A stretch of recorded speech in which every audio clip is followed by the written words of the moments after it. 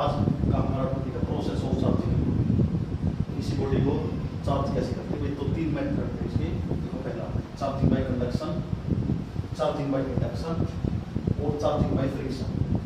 Charging by conduction क्या है?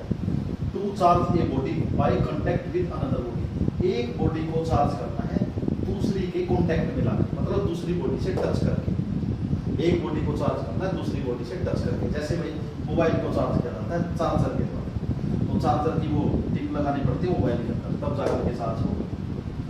दूसरा क्या है? Charging by friction. To charge a body by rubbing with another body. भाई एक बॉडी को चार्ज करना है दूसरी बॉडी के साथ रब करके।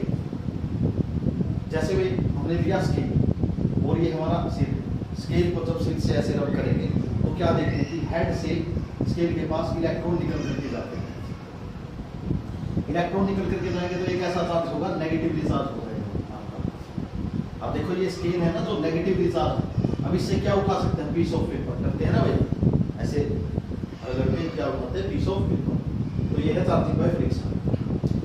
जो प्लस टू क्लास में है आपका वो है चार्जिंग बाय इंडक्शन। क्या होता है देखिए, to charge a body without contact with another body. एक बॉडी को चार्ज करना है बिना दूसरी बॉडी के कांटेक्ट में लाए, मतलब दूसरी बॉडी से टच नहीं कराना है। एक बॉडी को चार्ज करना है without contact with another body. जैसे भी क्या करते हैं, एग्जांपल एक मेटल स्फीयर दिया, अब ये न्यूट्रल है, न्यूट्रल कॉम्प्लेक्स में कोई चार्ज नहीं।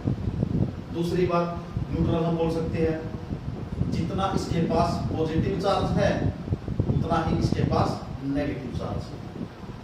इसको कहाँ रखा? इंसुलेटिंग स्टैंड पे। इसको कहाँ रख दिया? इंसुलेटिंग स्टैंड पे, ताकि इसका अर्थ के साथ कोई कनेक्शन ना हो। अर्थ के साथ कनेक्शन होगा तो चार्ज का ट्रांसफर होता रहेगा, तो इसको इंसुलेटिंग स्टैंड पे रख दिया। दूसरा, अब इसके नजदीक वैसे टच नहीं कराना है, इसके नजदीक क्या लेके आएंगे? ग्लास रोड लेके आएंगे, जिसको पहले से ही किसके साथ रब किया गया है? सिल्क के साथ। जब ग्लास रोड को सिल्क के साथ रब करते हैं तो ग्लास रोड पे आता है पॉजिटिव चार्ज। अब इसके नजदीक लेके आए, हम क्या देखते हैं भाई, ये जो पॉजिटिव चार्ज है ना, ये जो पॉजिटिव चार्ज है नेगेटिव चार्ज को तो अपनी ओर खींच लेगा और इसमें पड़े पॉजिटिव चार्ज को ये साइड कर देगा भाई। ये पहला स्टेप था, ये दूसरा स्टेप। तीसरे स्टेप में क्या होता है? तीसरे स्टेप में क्या होता है? अब हम क्या करते हैं, ये तो वो ग्लास रोड थी, बनाओ इसको। तीसरे स्टेप में हम इसको अर्थ से कनेक्ट कर देते हैं, अर्थिंग कर देते हैं। क्या कर देते हैं? अर्थिंग। अर्थिंग करने से क्या होगा? यहाँ तो क्या था भाई? नेगेटिव चार्ज था, यहाँ क्या था? Positive charge. अर्थिंग करने का मतलब यहाँ का पूरा पॉजिटिव चार्ज कहाँ चला जाएगा? अर्थ में। एक्चुअल में ये पॉजिटिव चार्ज अर्थ में नहीं जाता, बल्कि अर्थ से इलेक्ट्रॉन निकल के आते हैं, मतलब नेगेटिव चार्ज निकल के आता है और यहाँ के पॉजिटिव चार्ज को क्या कर देता है? न्यूट्रलाइज कर देता है। जैसे 4 इलेक्ट्रॉन निकल के आए, इस पॉजिटिव चार्ज को क्या कर दिया? न्यूट्रलाइज कर दिया। फोर्थ स्टेप में हम क्या करते हैं? अब ये देखो ग्लास रोड बनाओ इसको, पूरा का पूरा पॉजिटिव चार्ज तो कहाँ चला गया? अर्थ में। अभी मैं बोल सकता हूँ कि भाई यहाँ का पूरा पॉजिटिव चार्ज कहाँ चला गया? अर्थ में चला गया। तो अब कौन बचा? खाली नेगेटिव चार्ज। नेगेटिव चार्ज, इस पॉजिटिव चार्ज ने इस नेगेटिव चार्ज को पकड़ रखा है। कुछ देर बाद हम क्या करेंगे, जो ये आपकी ग्लास रोड थी इसको भी हटा देंगे। इसके हटाते ही क्या होगा? ये जो पूरा नेगेटिव चार्ज यहाँ इकट्ठा था ना, ये पूरे मेटल स्फीयर में रहता है। तो देखो हमने बिना किसी दूसरी बॉडी से टच किए इस स्फीयर को चार्ज कर दिया और इसके ऊपर कैसा चार्ज है? नेगेटिव चार्ज है। एग्जांपल नंबर 2, भाई अब की बार मैंने 2 स्फीयर लिए। एक पे तो है आपका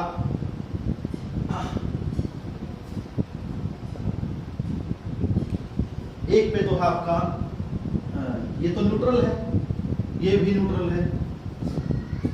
न्यूट्रल कब होता है? तो कोई चार्ज ना हो, या फिर जितने पॉजिटिव उतने ही नेगेटिव। मान सकते हैं ना, दोनों की दोनों न्यूट्रल है। अब इसको चार्ज करेंगे भाई, कैसे चार्ज करेंगे? एक काम करो, चलो ग्लास रोड को लेके आओ जो पहले से ही सिल्क के साथ रब है। हम एक ग्लास रोड को नजदीक लेके आए, ग्लास रोड रब्ड विद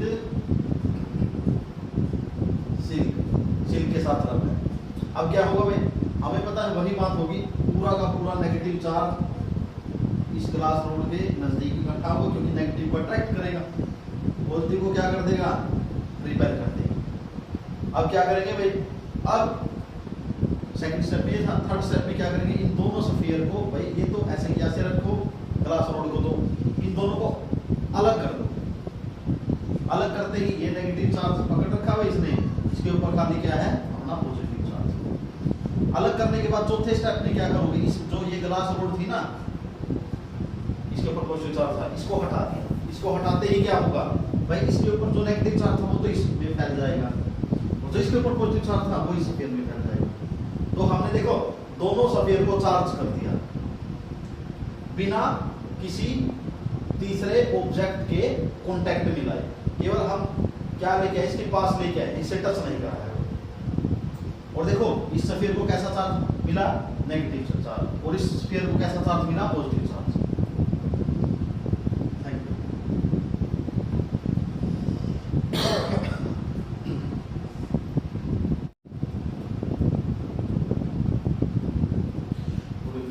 आज करते हैं gold leaf electroscope. Gold leaf electroscope एक ऐसा इंस्ट्रूमेंट है जिससे हम अननोन चार्जेस का पता लगाते हैं। अननोन चार्जेस का पता लगाते हैं कैसे भी देखो, पता कैसे लिए, ये एक मेटल डिस्क है, मेटल डिस्क, और ये एक मेटल की रोड है, मेटल डिस्क, मेटल की रोड। फिर ये ग्लास केज है, फिर जो ये है ना, ये gold leaves, gold leaves, gold leaves. और इस पूरे सिस्टम को किसमें रखा है, ग्लास में। क्यों, इलेक्ट्रोस्टैटिक शील्डिंग प्रोवाइड कराने के लिए। किसको, गोल्ड लीव्स को, मतलब फ्रॉम आउटर इन्फ्लुएंस, बाहरी प्रभाव से, ताकि गोल्ड लीव के चार्जेज को बाहर के चार्ज अफेक्ट ना करे। इसीलिए इसको एक ग्लास केज के अंदर बंद कर दिया, ताकि गोल्ड लीव को क्या मिले, इलेक्ट्रोस्टैटिक शील्डिंग। इलेक्ट्रोस्टैटिक शील्डिंग क्या है, कार के अंदर बैठो, जब आसमानी बिजली चमक रही हो और अपने खिड़की दरवाजे बंद करो सारे, तो आप एक पिंजरे के अंदर कैद हो गए, बाहर का चार्ज, आसमानी बिजली आपको अफेक्ट नहीं करेगी। तो हमने गोल्ड लीव्स को क्या दे दिया, इलेक्ट्रोस्टैटिक शील्डिंग, बाहरी प्रभाव से, बाहर के चार्ज के प्रभाव से। कैसे, इसको किसमें बंद कर दिया, ग्लास केज। यहाँ इंसुलेटेड प्लग लगा दिया, अपनी सेफ्टी के लिए लगा दिया वैसे, ताकि कोई इधर उधर का चार्ज एंटर ना करे। अब क्या करेंगे भाई, एक ग्लास रोड लेके आओ इसके नजदीक, जो पहले से ही किसके साथ रब्ड है, सिल्क के साथ। यहाँ एक ग्लास रोड लेके आए जो रब्ड है सिल्क के साथ, मतलब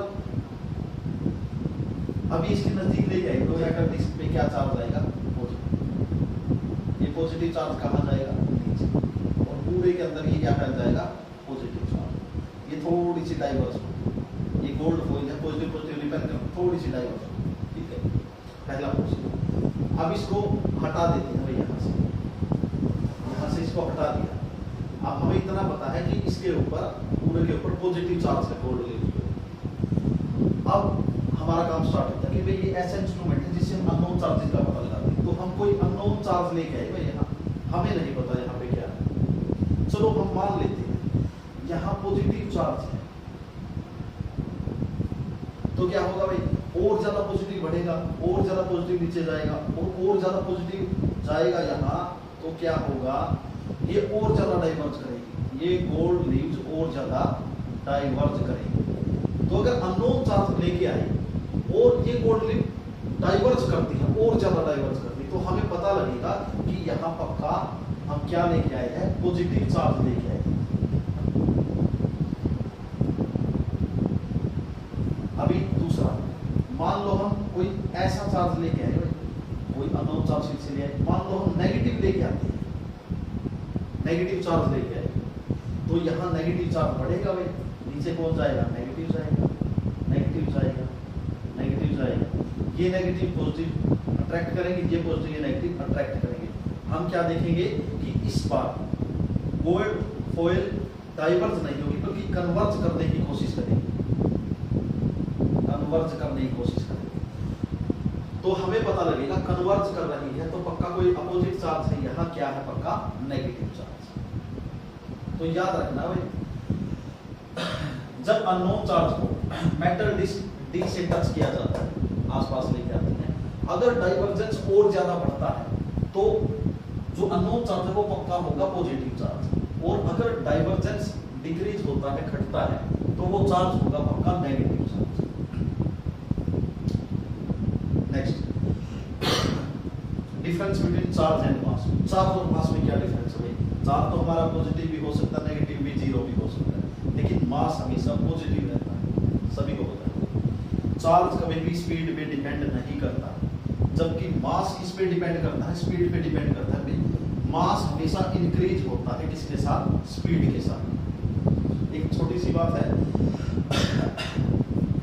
अगर आप कहीं मिट्टी के अंदर आराम से चलोगे तो सीधी सी बात है भाई, आपके पैर कम दबाव डालेंगे मिट्टी के ऊपर, अगर आप वहीं पे भागते हो तो ज्यादा दबाव डालेंगे। तो ये तो नॉर्मल सी बात है, ये यहाँ लागू नहीं होती है, लेकिन मास हमेशा स्पीड के साथ बढ़ता है। किसी चीज की अगर स्पीड बढ़ती जाएगी तो उसका मास भी बढ़ता जाएगा, लेकिन ऐसा होता है कि न के बराबर बढ़ता है। एक फॉर्मूला है इसका मास का, m बराबर m0/1 minus v square over c square. इसका m स्क्वायर क्या है भाई? रेस्ट मास है किसी चीज का, जब चीज रेस्ट पे होती है तो उसका मास m0 लिया जाता है। c क्या है? Speed of light. v क्या है? Speed of body. मैंने बताया भाई मास हमेशा इंक्रीज करता है स्पीड के साथ। मान लो हम स्पीड को बढ़ाते हैं, इस v की वैल्यू को अगर हम बढ़ाएंगे